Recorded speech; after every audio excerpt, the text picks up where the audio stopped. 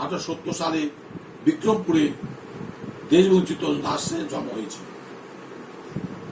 তিনি আইনজীবী ছিলেন, রাজনীতিবিদ, স্বাধীনতা সংগ্রামী ছিলেন এবং সমাজ পার্টির প্রতিষ্ঠাতা ছিলেন। তিনি কবি ও লেখক ছিলেন। তিনি 16 জুন 1925 সালে দার্জিলিংয়ে দেহত্যাগ করেছিলেন।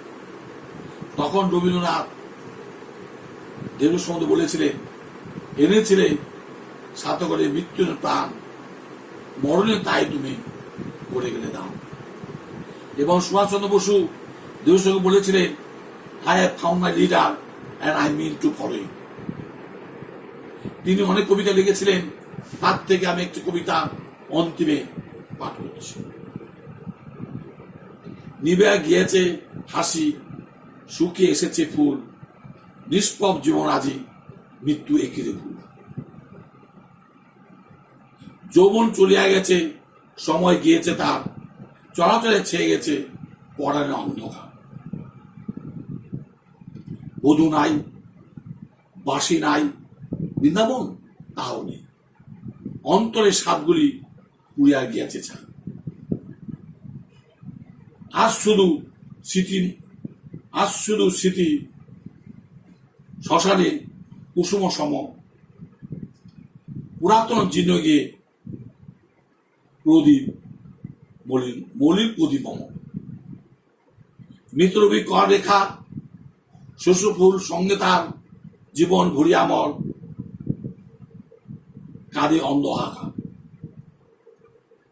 শুকায় শুকাক ফুল, থেমে যায় যাক হাসি, লক্ষীন অন্ধকারে হৃদয় যাইবে ভাসি। চিনি না চাইতে পারি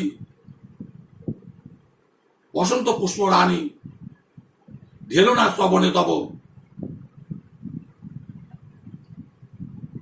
বিনা বিনীত বাণী।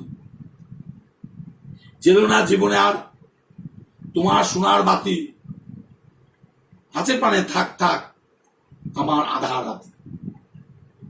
শতচিহ্ন সিদ্ধবস্ত্রে পরিধানে যার, কনক আলো রেখা লজ্জা কারণ তার। ভাসিয়া গিয়াছে স্বপ্ন, ভুলিয়া মেতেছে গান, সাজে না জীবনে আর বসন্ত বিলাপ নাম। সকলেই হারিয়ে গেছে, জীবন দিয়েছে ছেড়ে, আধার হৃদয় মাঝে আধার গিয়েছে বেড়ে। নিভিয়া এসেছে হাসি, শুকায় এসেছে ফুল, বিধাতার একই লীলা, মৃত্যুর একে ভুল।